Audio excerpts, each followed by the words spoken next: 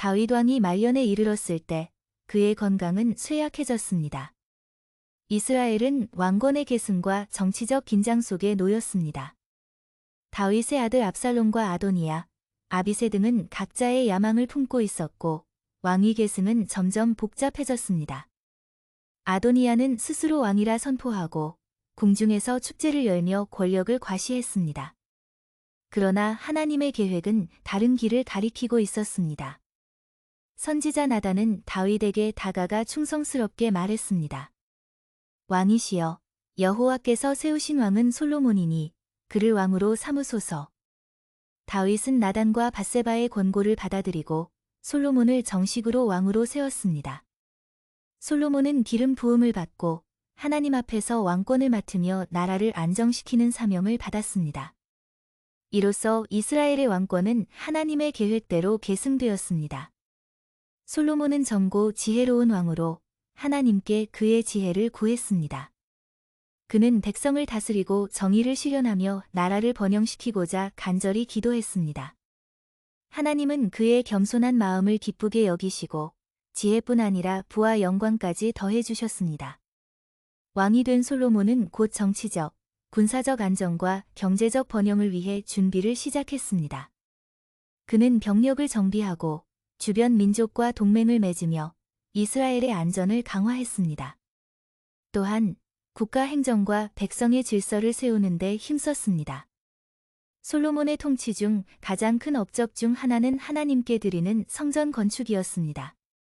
그는 예루살렘 산 위에 성전을 세우기로 결심하고 모든 백성과 장인, 목수, 기술자들을 동원했습니다. 성전은 장엄하게 지어졌고 하나님의 영광이 깃들도록 세심하게 설계되었습니다. 솔로몬은 그 안에서 하나님께 기도하며 백성을 위한 제사를 드렸습니다. 성전 건축과 더불어 솔로몬은 지혜와 부를 바탕으로 외교와 무역에도 힘썼습니다. 그는 여러 나라와 교류하며 금과 은, 향료와 귀한 보물들을 이스라엘로 드렸습니다. 그의 통치는 번영과 평화의 상징이 되었고 백성들은 안정 속에서 생활할 수 있었습니다. 솔로몬의 지혜는 곤란한 사건에서도 빛을 발했습니다. 두 여인이 한 아이를 두고 분쟁하던 사건에서 솔로몬은 하나님께 지혜를 구하고 공의롭게 판단하여 진짜 어머니를 밝혀내고 아이를 구했습니다. 그의 명성은 온 땅에 퍼졌고 많은 나라의 왕과 지도자들이 솔로몬의 지혜를 듣고 찾아왔습니다.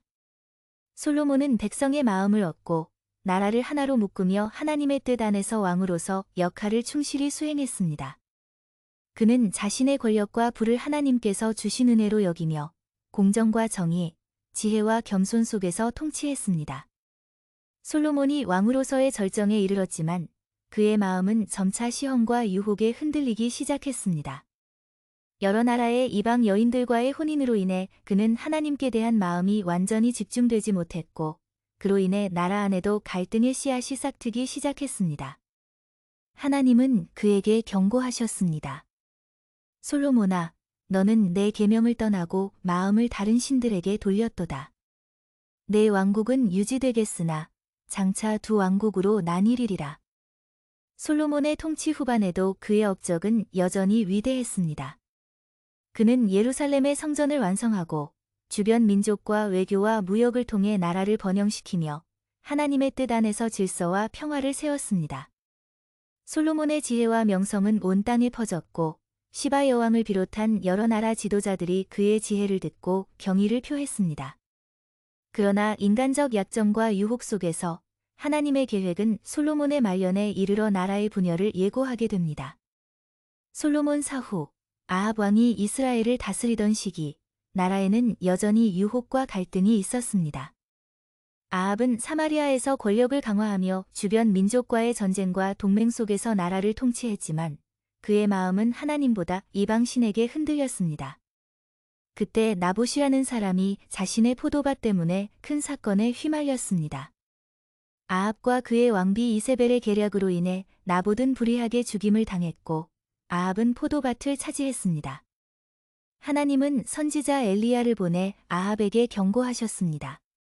너는 불의와 탐욕으로 인해 멸망하리라. 나봇의 피가 내 집에 돌아갈 것이다.